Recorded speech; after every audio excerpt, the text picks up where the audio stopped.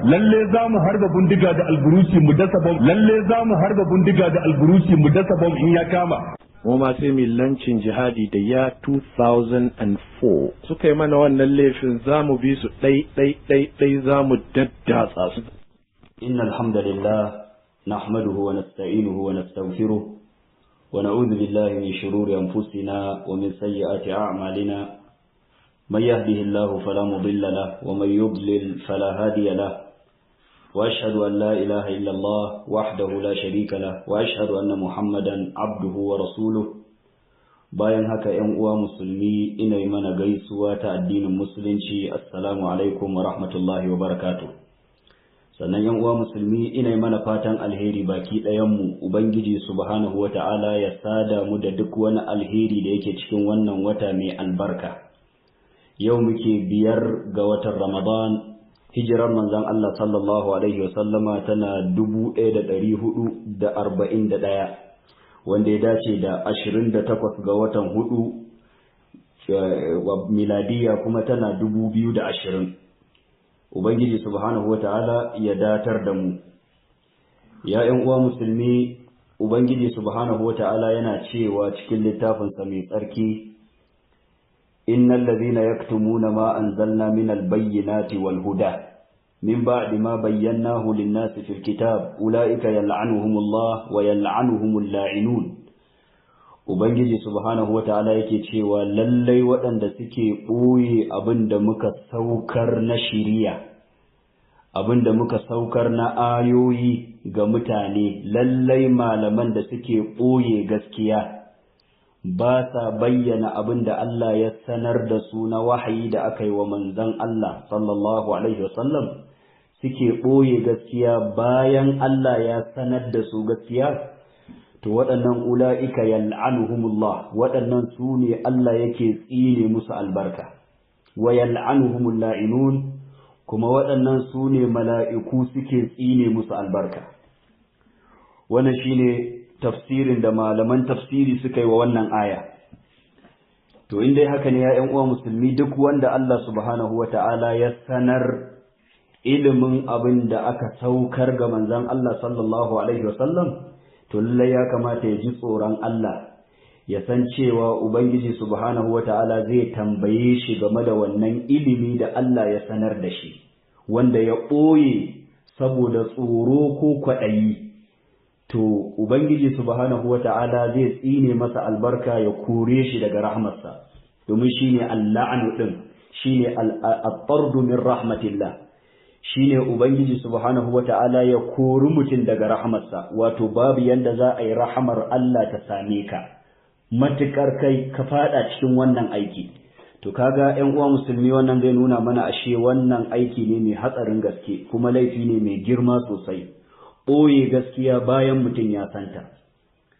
‘Ya'yan uwa musulmi, an yi wa wani babban malami wanda ake kira da suna Sheikh Salihul Fauzan an masa tambaya. Wannan babban malami ne cikin malamai ahlus sunna, yana nan a raye. Muna roƙon Allah subhanahu wata'ala ya ƙara kiyaye shi, ya sa albarka cikin rayuwarsa. An yi wa wannan malami tambaya kama yadda ya zo cikin littafi na Abdul Hamid Najjar, littafin da ya kira da suna Tahzirus Salafi min Manhajit Tamayyu' al-Khalafi. Aka tambayi shi wannan malami a shafi na 23 cikin wannan littafi, yake cewa su'ila shaykhuna Salihul Fawzan, yace an tambayi babban malamin mu Salihul Fawzan hafizahullah, Allah ya kiyaye shi ya kare shi. Ma nassuhu, ga tambayar da aka yi masa, هل ما يقوم به أحد طلبة العلم من تتبع أخطاء بعض الدعاة وجمعها وإخراجها في أشرطة بحيث يخصص لكل داعية شريطا يذكر فيه أخطاءه وحفواته فهل هذا من المنهج الصحيح؟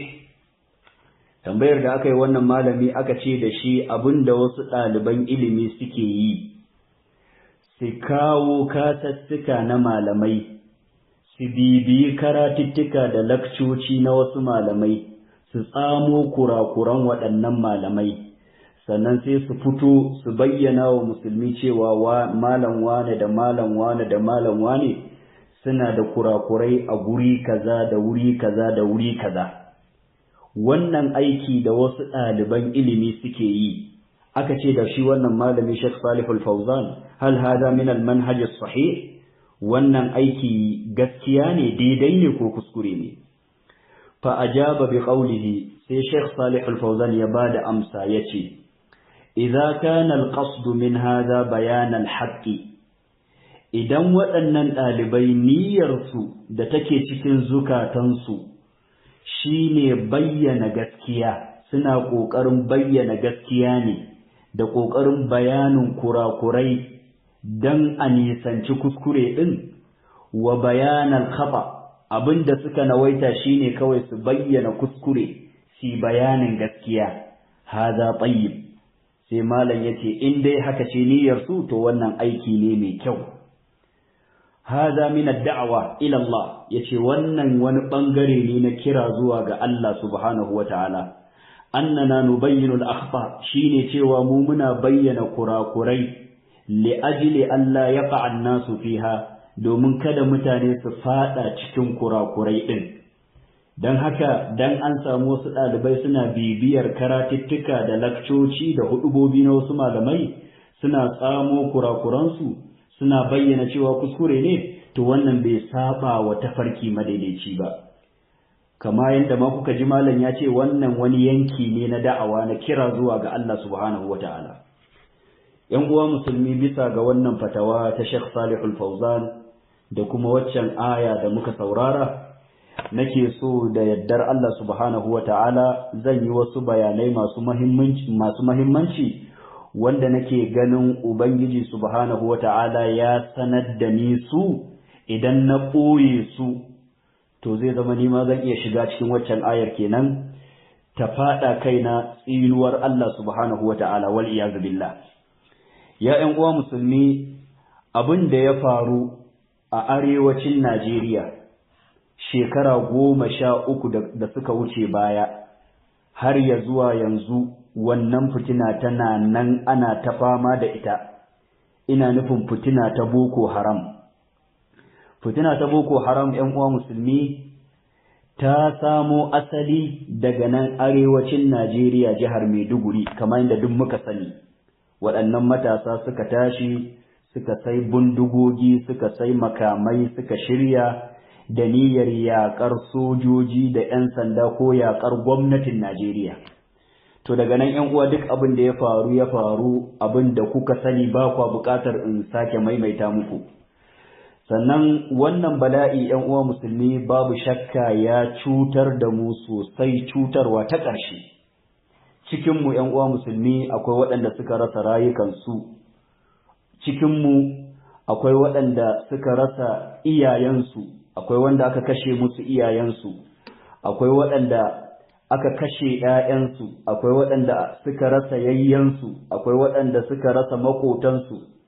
Wannan fitina ta Boko Haram an yi asarar rayukan musulmi da yawa a cikinta, wannan abu ne da kowa ya san shi ya tabbatar. Sannan ita wannan aƙida ta Boko Haram, ba na jin cewa a nan Najeriya akwai wani musulmi wanda yake goyon bayar wannan aƙida. Ba na jin akwai wani musulmi da yake goyon bayan wannan aƙida ta Boko Haram, domin sharrinta ya fito fili. Dukkanin musulmi sun gane cewa wannan aƙida ce fanɗararriya, kangararriya, ta saba wa littafin Allah da sunnar manzon Allah sallallahu alaihi wasallam. To don haka ‘yan uwa musulmi, abin da yake wajibi a kanmu shine mu tambayi kawunanmu daga ina waɗannan matasa suka samo wannan aƙida ta siyan bindigogi da tara makamai da kuma yaƙar gwamnati, domin daga wannan aƙidar ne aka haifi Boko Haram ɗin. To ‘yan uwa musulmi, dole ne mu wa kan ma'adalci, kuma dole ne mu faɗi gaskiya komai ɗacinta, kuma dole ne mu faɗi gaskiya duk ta kan wanda ta biyo. Matuƙar gaskiyar ce kuma akwai dalilai a kanta, to dole ne mu faɗe ta yanda ta kasance. Kada mu kwana da gaskiya.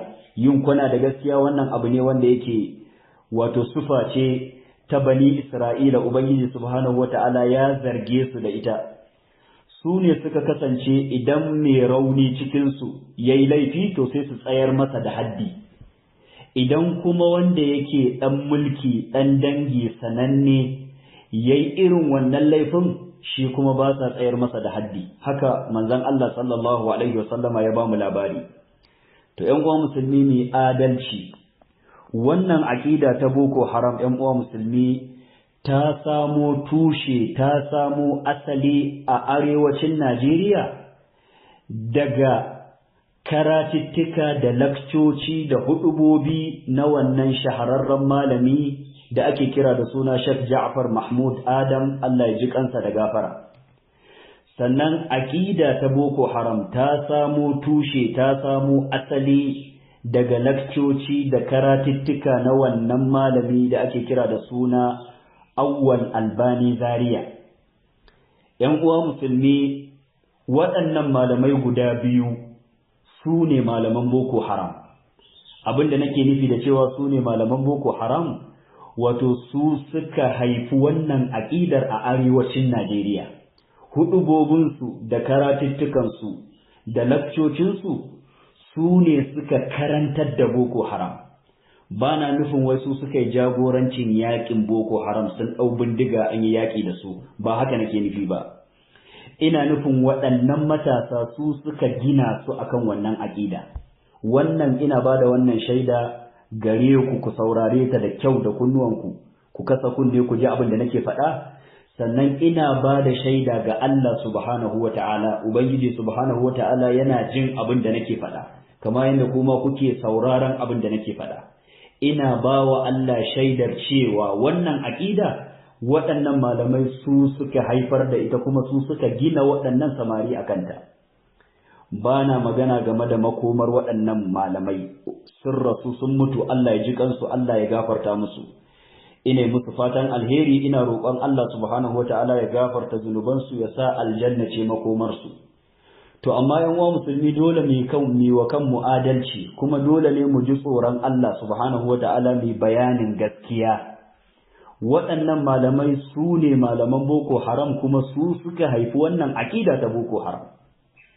Kama yanda yanzu dinnan zan kawo muku dalilai filla-filla daki-daki da sautukan waɗannan malamai da maganganunsu waɗanda suka ƙunshi waɗannan aƙidu na Boko Haram.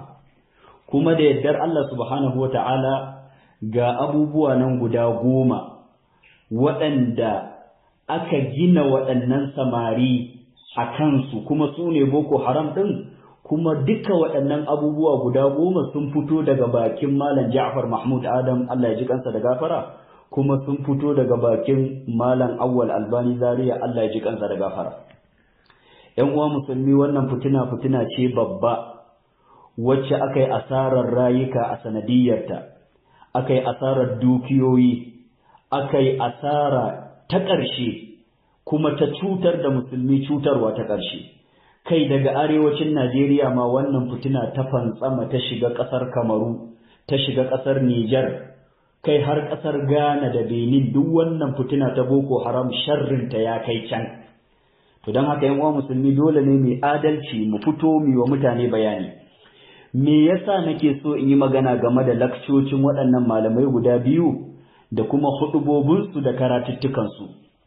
Domin ‘yan uwa musulmi, ko da Ubangiji subhanahu wa ta'ala cikin rahamarsa ya ba wa gwamnatocin Najeriya iko da nasara akan waɗannan matasa ‘yan Boko Haram sun kawo ƙarshen wannan fitina da ake fama da ita, to fa matuƙar lakcoci da karatuttuka da huɗubobi na waɗannan malamai guda biyu suna nan, ana sai da su, ana sauraron su, ana sako su a rediyo a matsayin malamai na addini. To ‘yan uwa musulmi, aƙidar Boko Haram ba ta ƙare ba kenan. Aƙidar Boko Haram ba ta ƙare ba, domin kama yadda waɗannan lakcoci su suka haifi waɗannan matasa da aka gama da su, to za su sake haifar wasu irinsu masu ɗauke da wannan aƙida ta Boko Haram. Don haka ba mu da zaɓi ‘yan uwa musulmi, sai mu nisanci waɗannan karatuttuka da waɗannan lakcoci. amma kafin in yi bayanin wannan hukunci ya ƴan uwa musulmi, ku saurara da kunnuwanku ku ji abin da waɗannan abubuwa guda 10 waɗanda babu saɓani tsakanin Malam Ja'far da Malam Awwal Zaria da kuma 'yan Boko Haram. Abubuwa ne guda 10 da baki ɗayansu suka yi ittifaki a kansu, kuma waɗannan abubuwa guda 10 su ne Boko Haram ɗin. Dama ita Boko Haram wannan suna da aka bata a arewacin Najeriya, suna ne kawai aka bata a nan arewacin Najeriya, amma sunanta na ainihi wanda ake kiranta da shi a addinin musulunci shine al-khawarij. Wannan shine sunan su na yanka na addini. Waɗannan ayyuka da suke yi addinin musulunci yana kiransu da al-khawarij, shine sunan da magabata suka kira su da shi tintini. To waɗannan aƙidu na khawarij guda 10, 'yan Boko Haram sun koye su, sun karɓe su, sun karance su daga lakcoci da karatuttuka na Malam Ja'far Mahmud Adam da kuma lakcoci da karatuttuka na Malam Awwal na Zaria. Ubangiji subhanahu wata'ala ya datar da mu. ‘Yan uwa musulmi, abu na farko shine Malam Ja'far da kuma Malam Awwal Albani Zaria, Allah ya ji kansu da gafara, Allah ya gafarta musu, suna da aƙida ta khawarij. Shi ita ce aƙida ta Boko Haram kenan, cewa ba a yi wa shugabanni biyayya sai in shugabannin sun kasance adilai ne. Idan shugaba bai kasance adali ba, idan shugaba bai kasance mai adalci ba, to ba za a yi masa biyayya ba, kuma ba za ma a yadda da shi a matsayin shugaba ba. Za a yi fito na fito da shi, za a yi ja'in ja da shi matuƙar baya adalci. To wannan aƙida ‘yan uwa musulmi ta saba wa aƙidar da ahlus sunna suke kanta. Ahlus sunna suna da aƙidar da suka ɗauko daga hadisan manzon Allah sallallahu alaihi wasallam, cewa shugaba ana yi masa biyayya ko da ku azzalimi ne, cewa ana yi wa shugabanni biyayya ko da ku azzalimai ne. Haka hadisan manzon Allah sallallahu alaihi wasallama suka nuna. ‘Yan uwa musulmi, Imamul Bukhari da Imamu Muslim sun rawaito hadisi daga Abdullahi ibn Mas'ud, hadisi mai lamba ta 3603 a wajen Imamul Bukhari kenan, hadisi mai lamba ta 1843 a wajen Imamu Muslim. Abdullahi ibn Mas'ud radiyallahu anhu yake cewa qala Rasulullah, yace manzon Allah sallallahu alaihi wa sallama yace, innaha satakunu ba'di asaratun wa umurun tunkirunaha. To ƴan uwa musulmi, kafin kawo waɗannan hadisai, bari ku ji abin da Malam Ja'far yake cewa, bari ku ji abin da Albani yake cewa. Ina ga haka zai fi mu fara kawo maganganun su da fari, sannan kuma sai mu zo mu kawo dalilai daga hadisan manzon Allah sallallahu alaihi wasallam, mu kawo kuma ijma'i na ahlus sunna wanda ya nuna cewa waɗannan maganganu na Malam Ja'far da Malam Albani na Zaria maganganu ne da suka saba wa hadisan manzon Allah, suka ci karo da aqida ta ahlus sunna. Malam Ja'far yake cewa, amma dan saboda kasancewar mulkin su imtidad ne, ya samo asali daga daula Usmaniyya, burbushin abin da daula Usmaniyya muke karramawa, muke girmamawa, muke mutuntawa. Amma matukar za a yi mana adalci ne za mu ci gaba da yin hakan.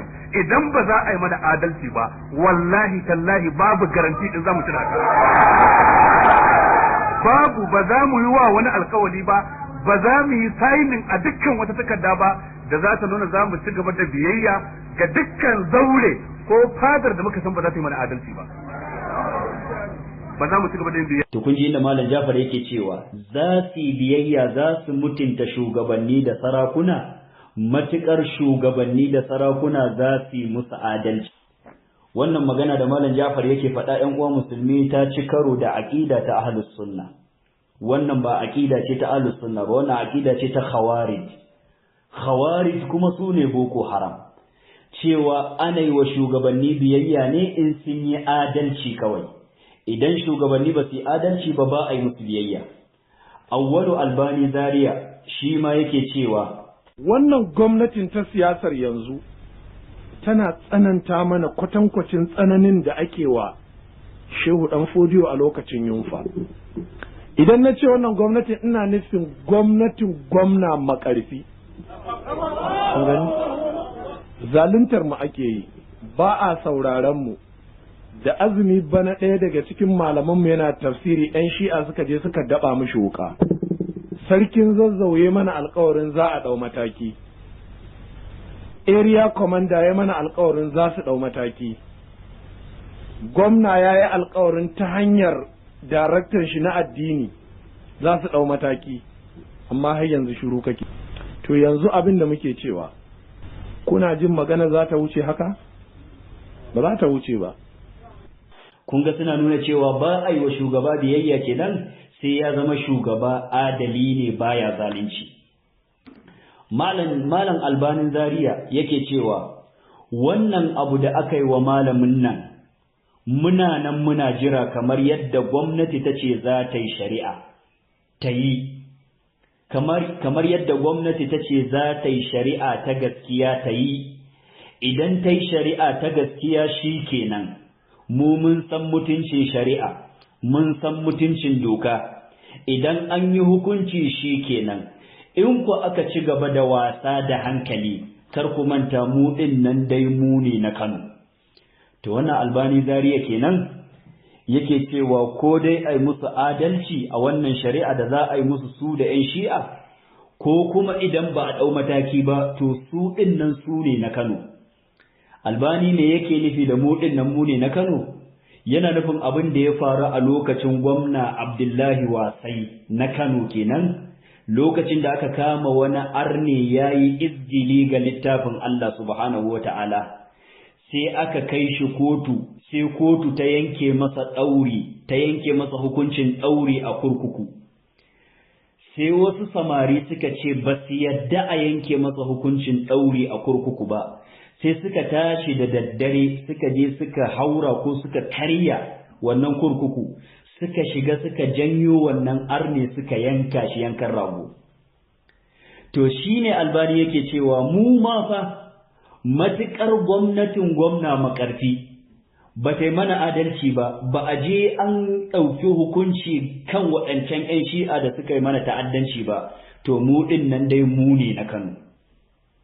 To kun ga wannan magana ta Malam Ja'far ita ma ta saba wa abin da ahlus sunna suke kai. Wannan magana ce ta 'yan Boko Haram. Wannan shine Boko Haram. Yaqulu Ja'far, Malam Ja'far shi ma yana cewa ina kira da gaggawa a madadin kaina da yan uwana musulmi, muna kira ga gaggawa ga gwamnatin tarayya, 'yan majalisa na tarayya su yi ƙoƙarin gudanar da binciken gaggawa a kama mutanen da suke da wannan hannu cikin gaggawa, a yanke musu hukunci na gaggawa irin hukuncin da ya dace da irinsu. Wallahi tallahi matukar aka yi shiru ba a yi ba to al'amura suna iya dagulewa a wannan kasa, al'amura suna iya rikicewa a wannan kasa. Wanda ma ke da burin ci gaban siyasar ba za ta ci gaba ba, dan rigima za mu tayar ta bala'i, dan rigima za mu tayar ta bala'i, dan rigima za mu tayar ta bala'i. Idan ya so sojoji su zo su kwace mulkin kowa ya huta, ai ta bala'i ko ba za mu daina ba game da addini. To wannan Malam Ja'far kenan yake wannan magana. Sannan haka Malam Ja'far yake cewa kuma kun ƙi adalci, kun ƙi wakiltar mu, wallahi za mu fito titina mu wakilci kanmu. Kun ƙi wakiltar mu, za mu fito mu wakilci kanmu. Ina fatan muna fahimta. ‘Yan uwa musulmi, wannan aƙida da su Malam Ja'far suke faɗa da shi da Awwal Albani na Zaria, wannan aƙida ta ci karo da aƙida ta Ahlus Sunnati wal Jama'a. Wannan aƙida ta saba wa hadisan manzan Allah sallallahu alaihi wasallam. Bari mu kawo hadisai guda biyu kacal, sannan sai mu koma mu ga abin da ahlus sunna suka rubuta lokacin da suka yi bayanin manhaji na ahlus sunna da kuma aqida ta ahlus sunna. Akwai ja'in ja da shugabanni, akwai fito na fito da shugabanni, akwai cewa ba za a yi wa shugaba biyayya ba sai ya kasance adali, ko ana yi wa shugaba biyayya ko da azzalimi ne. to wancan hadisi da muka fara ambata hadisin Abdullahi ibn Mas'ud da yake cikin Bukhari da Muslim yace qala Rasulullah sallallahu alaihi wasallam yace manzon Allah sallallahu alaihi wasallam yace innaha satakunu ba'di asaratun wa umurun tunkirunaha. Manzon Allah sallallahu alaihi wasallam yace bayana za a samu wasu shugabanni da za su zo su dinga zalunci suna cin dukiyar al'umma wa umurun tunkirunaha, sannan za ku ga wasu abubuwa da ba za ku yadda da su ba, abubuwa na zalunci da bid'a da saba wa addini da kin gaskiya za ku gansu tattare da shugabanni. Qalu sai sahabbai suka ce da manzon Allah, ya rasulullahi kaifa ta'muru man adraka minna dalika, suka ce ya ma'aikin Allah me kake umartar wanda hakan ta riske shi daga cikin mu, wanne mataki zai ɗauka idan aka samu waɗannan shugabanni masu zalunci da cin dukiyar al'umma da kuma zalintar al'umma, wanne mataki za mu ɗauka? Ƙala sai manzon Allah sallallahu alaihi wasallama ya ce, tu'adduna al-haqqa allazi alaikum, ku ba da haƙƙin da Allah ya ɗora a kan wuyanku na shugabanni, shine ku yi musu biyayya, kada ku yi ja'in ja da su, kada ku yi fito na fito da su. Wa tas'aluna Allah allazi lakum, ku kuma ku roƙi Allah subhanahu wa ta'ala haƙƙinku, Allah zai ƙwatar muku haƙƙinku daga wajen waɗannan shugabanni, ku roƙi Allah, kada ku fita ku yi ja'in ja da su ku ce za ku ƙwaci haƙƙinku da hannunku, ku bar wa Allah ku kai kukanku ga Allah. Qala an-Nawawi, Imam an-Nawawi da yazo zai yi sharhin wannan hadisi cikin sharhi Muslim a mujalladi na 4 a shafi na 510 yace wa fihi al-hasu ala as-sam'i wa ta'a. Imam an-Nawawi yace wannan hadisi ya nuna cewa manzon Allah sallallahu alaihi wasallama yana umartan mu, yana kwadaitar da mu, yana wajabta mana mi wa shugabanni biyayya. wa in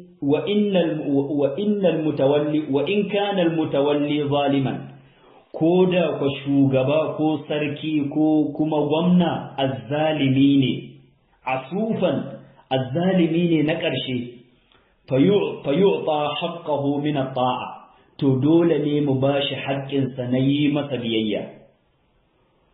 Wala yukhraj alai, ba za mu fita mi fito na fito da shi ba, wala yukhla, ba za mu ce mun tube shi ba, bal yutadarra'u ila Allah ta'ala fi kashfi adha, abinda zamu shine sai mu koma ga Allah subhanahu wa ta'ala, mu roki Allah ya ije mana sharrinsa, wa daf'i sharrihi, mu roki Allah ya tunkuɗe mana sharrinsa, wa islahihi, mu roki Allah ya shirye shi. To wannan shine hadisin manzon Allah sallallahu alaihi wasallam wanda ahlus sunna suke kan wannan aqida. Amma duk wanda yace a zo ai fito na fito da shugabanni, a zo a yaki shugabanni, ɗan uwa musulmi, wannan magana ta ci karo da hadisan manzon Allah kuma ta ci karo da abin da ahlus sunna suke kai. Hasali ma wannan ita ce aqida ta khawarij, ita ce aqida ta yan boko haram. Hadisin Huzaifa ibn al-Yaman radiyallahu anhu, hadisi tabbatacce cikin sahihu Muslim, hadisi mai lamba ta 1747. Huzaifa ibn al-Yaman Allah ya kara masa yadda yace qala Rasulullah sallallahu alaihi wasallama, yace manzon Allah sallallahu alaihi wasallama yace yakunu ba'di a'immatun, manzon Allah yace wani zamani zai zo bayana, za a samu wasu shugabanni la yahtaduna bi hudayi, shugabanni ne fandararru, ba sa aiki da shari'ata, ba sa riko da shari'ata, la yastannuna bi sunnati, ba sa riko da sunnata, wa sayaqumu fihim rijalun qulubuhum qulubu shayatin fi jusmani ins, za a samu wasu mutane a cikinsu waɗanda mutane ne idan ka gansu jikinsu jikin ɗan adam, amma zukatansu zukatan shaiɗanu ne saboda zalunci, amma musulmi ne, azzalimai ne na ƙarshe, suna zaluntar talakawa, suna cin dukiyar talakawa, ba sa adalci. Ƙala sai Huzaifa ya ce, ƙultu sai na ce da manzon Allah sallallahu alaihi wasallam, kaifa asna'u ya Rasulallah in adraktu zalika, sai Huzaifa ibn al-Yaman Huzaifa dan Yaman sai ya tambayi manzon Allah sallallahu alaihi wasallam yace ya manzon Allah me zan aikata, wannan mataki zan dauka idan rayuwa ta kai wannan lokaci, idan na riski waɗannan shugabanni azzalimai wannan mataki kake umarta ta da shi? Qala sai manzon Allah yace tasma'u wa tuti'u lil amir, manzon Allah yace ka saurari abin da shugaba yake faɗa kuma kai masa biyayya. Wa in duriba zahruka, ko da ku an yi maka dukan tsiya an zalunce ka, wa ukhiza maluka, ko da ku an kwace dukiyarka an zalunce ka, fasma wa ati. Manzo Allah yace kada kai fito na fito da shugabanni, kai musu biyayya ko da ku sun zalunce ka. To kun ji hadisan manzon Allah sallallahu alaihi wasallama. Ƴan uwa musulmi, wannan magana ba kariya ce ake bawa shugabanni azzalimai ba, ba cewa akai shugabanni su ci gaba da zalunci ba, su daina adalci ko kada su yi adalci. A'a, wannan magana kariya ce ake bawa hadisan manzon Allah da kuma tafarki na magabata, su ne ahlus sunna. Kariya ce muke bawa hadisan manzon Allah, ba wani shugaba muke ɗaurewa gindi ya ci gaba da zalunci ba. Babu wani shugaba da muka ce masa ya ci gaba da zalunci, to amma waɗannan hadisan manzon Allah ba za mu yarda a saba musu ba. Kuma duk wanda ya saba wa hadisan manzon Allah ya mutu ko yana da rai, ya saba wa tafarkin magabata, to dole sai mun fito mun yi bayanin cewa baya kan sunnar manzon Allah ko wane ne. Wannan shine abin da yake wajibi dan a bawa sunnar manzon Allah kariya. To ɗan uwa musulmi, ga littafi na al'aqidatul wasitiyya a shafi na 330 daidai, a shafi na 330 daidai ga abin da al'imamu Tahawi yake faɗa game da aƙida ta ahlus sunna, akan wacce aƙida ahlus sunna suke, wanne mataki ahlus sunna suke ɗauka game da shugabanni azzalimai, suna fito na fito da su ko kuma suna haƙuri kama yadda manzon Allah ya umarce su. Imamu Tahawi yake cewa a shafi na 330 yace wala nara al-khuruj ala a'immatina wa wulati umurina, yace ba ma ganin ya halatta ai ja'in ja da shugabanni da gwamnoni da sarakuna, wa in jaru koda azzalimai ne. Sheikh Nasiruddin Al-Albani yayi ta'aliki akan wannan magana cikin sharhin Ibn Abi al-Izz al-Hanafi, sai yake cewa وقد ذكر الشارح في ذلك أحاديث كثيرة تراها مخرجة في كتابه ثم قال yace ibnu abul izz ya kawo hadisai masu yawa daga hadisan manzon Allah sallallahu alaihi wasallam da suka nuna wajabcin yi wa shugabanni biyayya koda azzalimai ne. Sai yace thumma qala, sai ibnu abul izz al-hanafi yake cewa amma luzumu ta'atihim, amma abin da yake nuna cewa wajibi ne ai wa shugabanni biyayya wa in jaru koda azzalimai ne, sai yace fa li annahu yatarattabu ala al-khuruj min ta'atihim min al-mafasid adha'afu ma yahsulu min jawrihim. Sai yace domin idan aka fita akai ja'in ja da shugabanni, akai fito na fito da sarakuna da gwamnoni da gwamnati, abin da zai faru na sharri ga musulmi ya ninninka zalincin da shugabannin suke yi. Dan haka gara ai haƙuri akan zalincin nasu, a roƙi Allah subhanahu wa ta'ala ya kawo ƙarshen abin. Sai ce bal fi sabri ala jawrihim takfiru sayyi'ati, sai ce ba ma haka abin yake ba, idan muka yi haƙuri akan zalincin shugabanni to sai Allah subhanahu wa ta'ala ya kankare mana zunubanmu. Fa inna Allah ma sallatahum alaina illa li fasadi a'malina. Ubangiji ta'ala bai ɗora waɗannan shugabanni azzalimai akan mu ba sai a dalilin muyagun ayyukanmu, sai a dalilin zunubanmu, wal jaza'u min jinsil amal. Wannan ka'ida ita ta sa Ubangiji ta'ala ya sa waɗannan shugabanni azzalimai akan mu suke zaluntar mu. Sai ce fa alaina al-ijtihadu fil istighfar, abin da yake wajibi akan mu idan shugabanni azzalimai suka mamaye mu, sai mu ci gaba da ƙoƙarin tuba zuwa ga Allah da istighfari wa islahil amal, mu gyara ayyukanmu ne suka jawo waɗannan shugabanni azzalumai. qala ta'ala, ubangiji ta'ala yace wa ma asabakum min musibatin fa bima kasabat aydikum wa ya'fu an kathir. Allah ta'ala yace duk wata musiba da ta same ku a duniya fa bima kasabat aydikum, to a sanadin zunubanku ne. Wannan musiba da ta afka muku ba ta zo haka kawai ba, a sanadiyar zunubanku ne Allah ya saukar muku da musibar da ya saukar muku. Wa ya'fu an kathir, kuma Allah ya yi muku afuwa ma game da abubuwa masu yawa bai kama ku da su ba. Allah ya ce wa kadhalika nuwalli ba'd adh-dhalimin ba'dan bima kanu yaksibun. Wannan Sheikhul Albani kenan.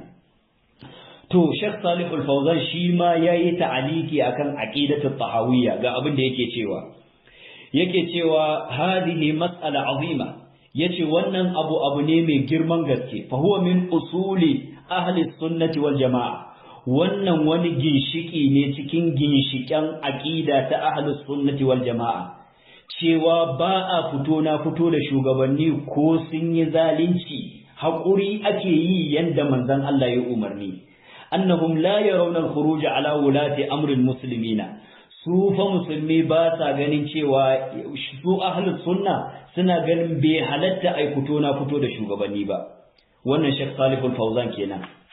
To da ya gaba kuma da shi al-Imam al-Tahawi yace wa in jaru, ko da shugabannin sun yi zalunci, sai Sheikh Al-Fawzan yake cewa al-jawru, yace abinda ake kira da al-jawru ma'anahu az-zulm, shine zalunci.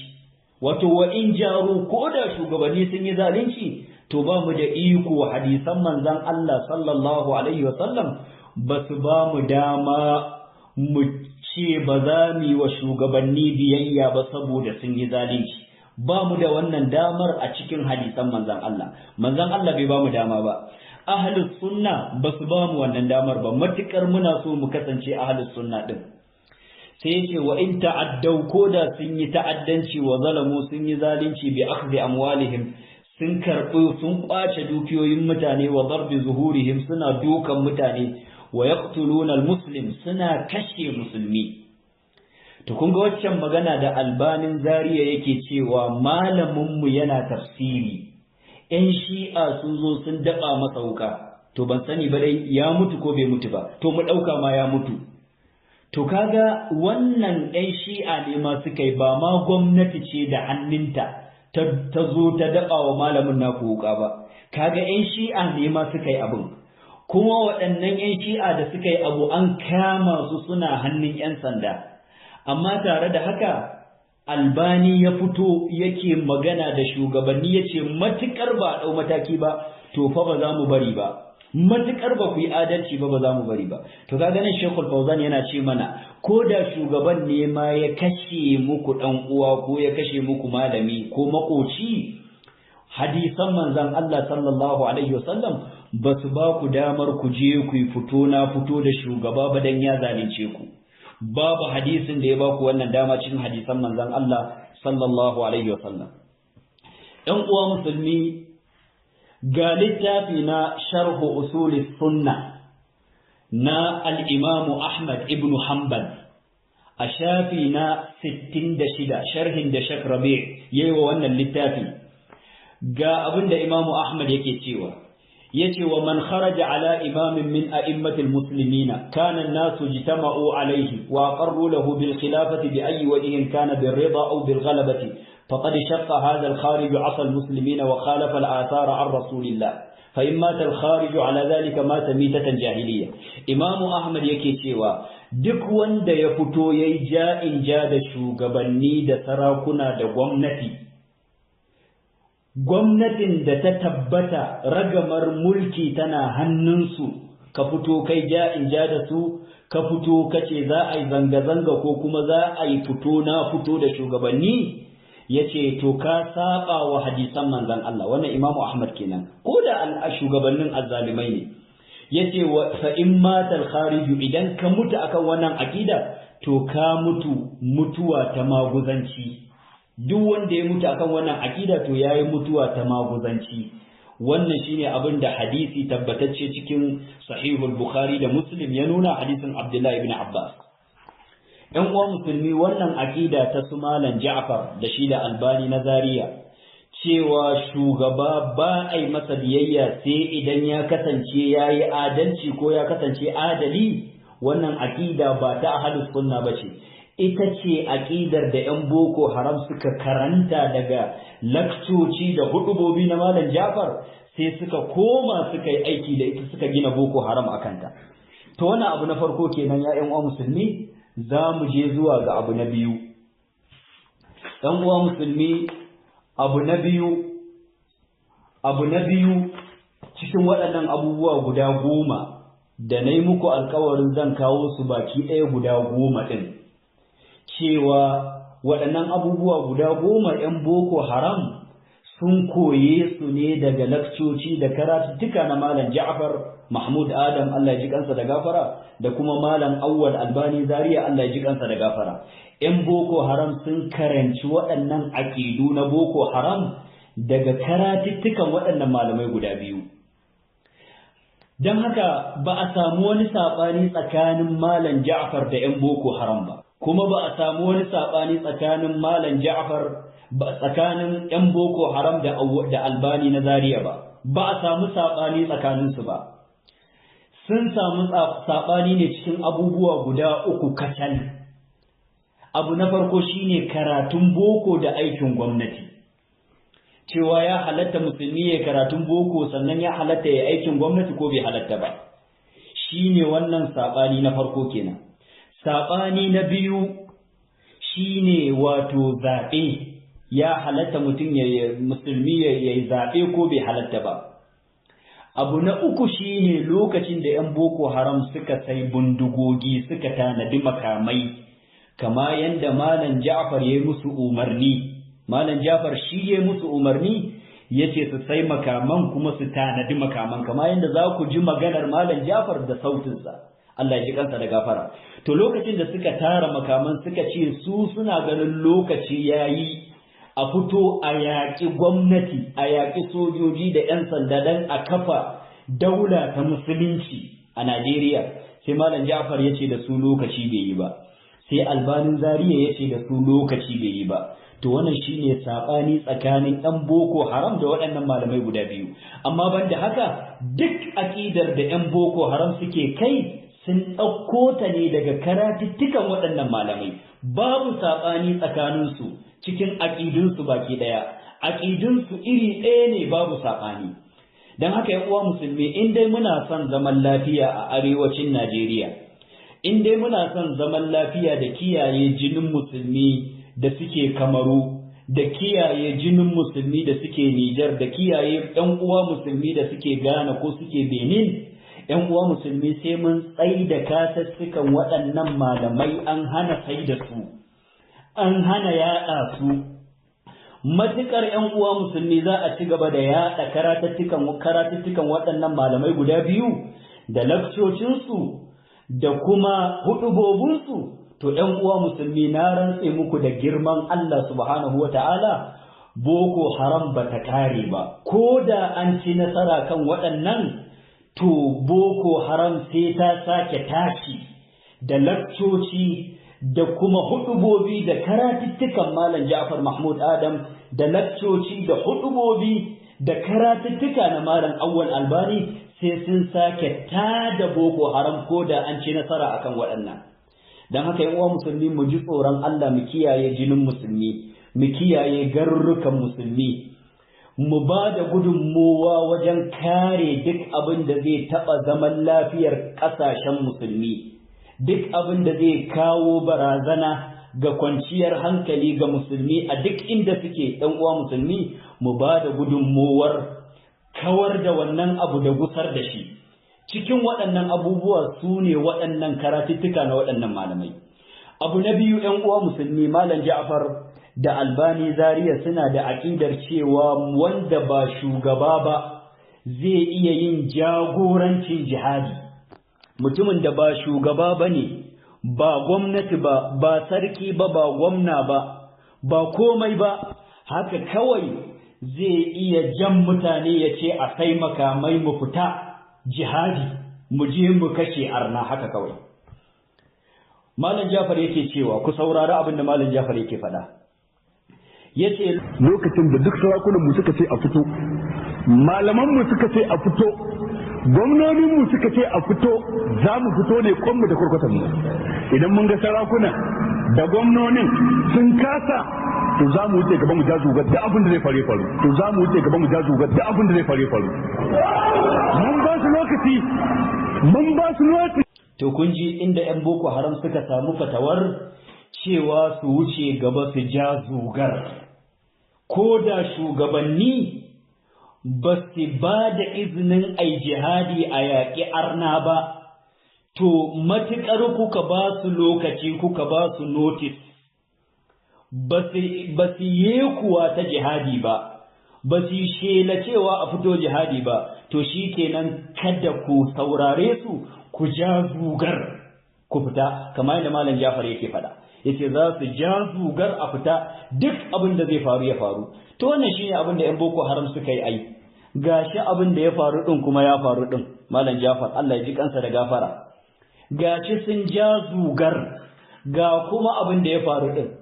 Gashi nan an zubda wato jinin dubunnan musulmi sun mutu. Wa ya san adadin mutanen da rikicin Boko Haram yasa suka yi asarar rayukansu? Wa ya san adadin matan da aka kashe mazajensu? Wa ya san adadin marayun da aka kashe wa iyayensu? To Malam Jafar gashi abin da zai faru din ya faru din. Waɗancan matasa da karantar da su wannan karatu sun yi aiki da shi, kuma abin da zai faru din ya faru. Malam Jafar yake cewa wallahi idan ba su yi wani abu ba, mu da yaran nan da kuke gani akan titi za mu fito ko tabar ko tawaraye ba ma jin tsoron duk abin da zai je dawo. To wannan ita ce aqida ta Boko Haram. Ƴan uwa musulmi mu ji tsoron Allah, mu yi wa kanmu adalci. Malam Jafar shine babban malamin Boko Haram, shine babban wanda ya karantar da wannan mummunar aqida a arewacin Najeriya. Allah ya ji kansa, Allah ya gafarta masa. Amma su suka karantar da Boko Haram. Awwal Albanin Zaria yake cewa kuma me yiwa jama'a ba za su san dalili ba, sai dai aga kawai mun tashi muna kashe wasu kisa, kawai mun tashi muna kashe wasu kisa. To a lokacin ne sai a ce yaya a tsogalan mu akai kamar yadda Yumfa ya tsogali Shehu. Shine Yumfa din nan shine sarkin maguzawa na lokacin Shehu dan Fodiyo. To wai shine Albani yake cewa mu ma fa nan gwamnati din nan fa da take in fa ta takura mana, idan fa aka zalunce mu za mu tashi fa kama yanda Shehu Usman dan Fodiyo ya tashi. To wannan aqida kaga shi ma Albani yana da ita kenan, cewa ba wai shugabanni ne kadai suke yin jagorancin jihadi ba, wato wanda ba shugaba ba shi ma zai iya yin yekuwa kawai sai a shiga. Kai bari ma ku ji abin da Albanin Zaria yake cewa. Amma muna jiran doka ta yi aiki. Ni na yadda da gwamnati, ni na yadda akwai gwamnati, kuma na yadda akwai kotu. To amma idan gwamnati ta ki aiki, idan kotu ta ki aiki, shikenan sai ai kamar yadda aka yi gwamnatin Yumfa. Mu ma sai mu lancin jihadi, da ya 2004. Ya zama 200 years after the launch of the jihad of Shehu Usman dan Fodiyo. Amma an dauki mataki shikenan.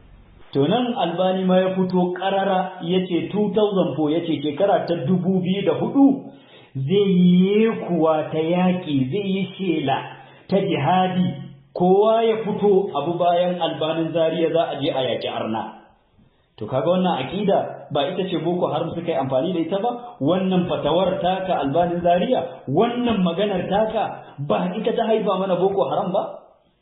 Wannan maganar ba ita ce Boko Haram ba? Yan uwa musulmi mu ji tsoron Allah. Na rantse muku da girman Allah, idan ba a tsai da karatuttukan waɗannan malaman ba, musamman ma yanzu da azumi da ake sako su a rediyo, yan uwa musulmi, idan ba mu hana wannan ba, idan kunne bai ji ba, to fa jiki ba zai tsira ba.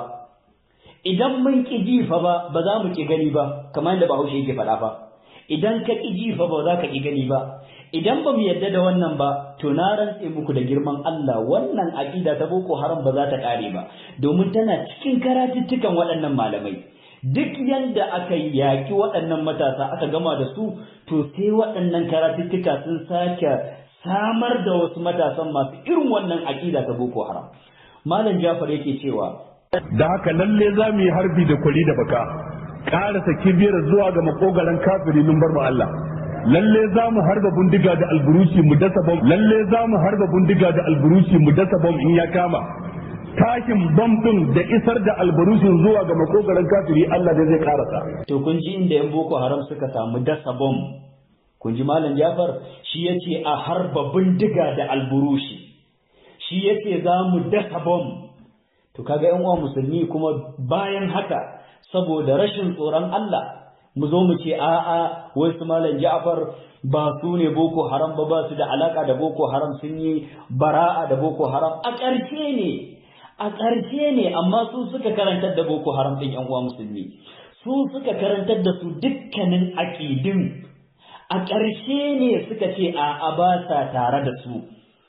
Lokacin da suka ga sun sai bindigogin sun tara makaman sun fito za a yi yakin sai suka ce a'a, sai suka ce ba sa tare da su. Amma in ba haka ba su ne Boko Haram, su ne Boko Haram ƴan uwa musulmi. Wa ya rainu waɗannan matasa akan wannan aƙida in ba ku ba da lakcocinku da karatuttukanku. Muna addu'ar Allah ya ji kansu, Allah ya gafarta musu. Abin da ya rage mu akan mu shine mu ɗauki mataki a hana yaɗa karatuttukan waɗannan malamai. Abu na uku ‘yan uwa musulmi, Malam Ja'far da Albanin Zaria suna da aƙida ta Boko Haram, aƙida ta Khawarij, cewa ya halatta a tura mutane su ta'addanci. Wato za ka iya kafirta mutum sai ka tura mutane su je su saro kansa. Kamar yadda Malam Jafar zai faɗa yanzu kuji, bari kuji me yake cewa. Yace kun ji wakiltar mu, wallahi za mu fito titina mu wakilci kanmu. Kun ji wakiltar mu, za mu fito mu wakilci kanmu. Duk wani wanda baka san yana wa addinin musulunci zagon kasa, a shirye muke mu zaburar da samari mu ce aje a yanko kansa. Kowa ne ko yayi kalmar shahada, ko yayi kalmar shahada, ko yayi kalmar shahada ya ce shi musulmi ne matukar yana tare da arna, wallahi za mu yi umarni a kashe shi, wallahi za mu yi umarni a kashe shi. Idan ya so mu fito mu mutu. To kun ji Malam Ja'far yace duk wanda yake ganin yana tare da arna cikin shugabannin Najeriya ko ɗan majalisu na tarayya ko na jiha, za su zaburar da samari su ce aje a yanko kansa. ‘Yan uwa musulmi, wannan fatawa ta Malam Ja'far ba ita ce fatawar da Shekau ya bayar ba game da Fantami? Shekau ya ce wa yaransa ‘yan Boko Haram su je a taro kan Fantami, a kashe Fantami. Saboda rashin tsoron Allah sai wani malami a jihar Kano ana ce da shi Abdullahi, Malam Abdulwahab, wai sai ya fito yana ba da martani, yana mai da martani, yana raddi, yana wa Shekau raddi dan ya ce wai zai tura yaransa su je a kashe Fantami. Saboda rashin tsoron Allah, Malam Abdulwahab, in dai za ka yi wa Shekau raddi, kai wa Shekau martani, ina martanin da kai wa Ja'far lokacin da yace zai zaburar da samari su je su yanko kansa, wato duk wanda aka gaina wa addini zagon kasa. Wannan magana da Shekau ya faɗa daga wajen Malam Ja'far ya koye ta, Malam Abdul Wahab. Wannan magana daga wajen Malam Ja'far suka koye ta. Babu wanda ya koya musu wannan in ba Malam Ja'far ba. Shi ya koya musu wannan. Kai bari ma ka ji abin da Malam Ja'far yake cewa nan gaba. Yace waɗannan ɓangarori guda 7 ‘ya'yanmu su sani ƙanana, ya faɗi wasu ɓangarori guda 7 cikinsu akwai kwamishinan ‘yan sanda na ƙasa a lokacin da kuma gwamnan jihar Oyo wanda yake musulmi ne da kuma wasu waɗanda suke ba musulmi ba sauran guda 7 ɗin. To sai ce, ko da mu yanzu ba mu ci nasara ba a lokacinmu, mun ba da wasiya jinin waɗannan ya halatta, jinin waɗannan ya halatta. Arna ne sun kashe ƴan uwanmu musulmi. To kun ji, Malam Jafar yana cewa ya halatta a je a kashe su, ya ba da wasici a kashe wasu mutane guda 7, cikin su akwai musulmi guda 2. ‘yan uwa musulmi ko arne addinin musulunci bai ba mu damar mu tura a kashe shi ba, ko arne wanda ake zaune da shi aka yarjejeniyar zaman lafiya da shi, yarjejeniya ta ba yaƙi tsakaninmu ta zaman lafiya. Manzon Allah sallallahu alaihi wasallama yace man qatala zimmiyan lam yarah ra'ihatal janna aw man qatala mu'ahadan, duk wanda yaje ya kashe wani arne da aka yi alƙawarin zaman lafiya da shi, manzon Allah yace ba zai ji ƙanshin gidan aljanna ba.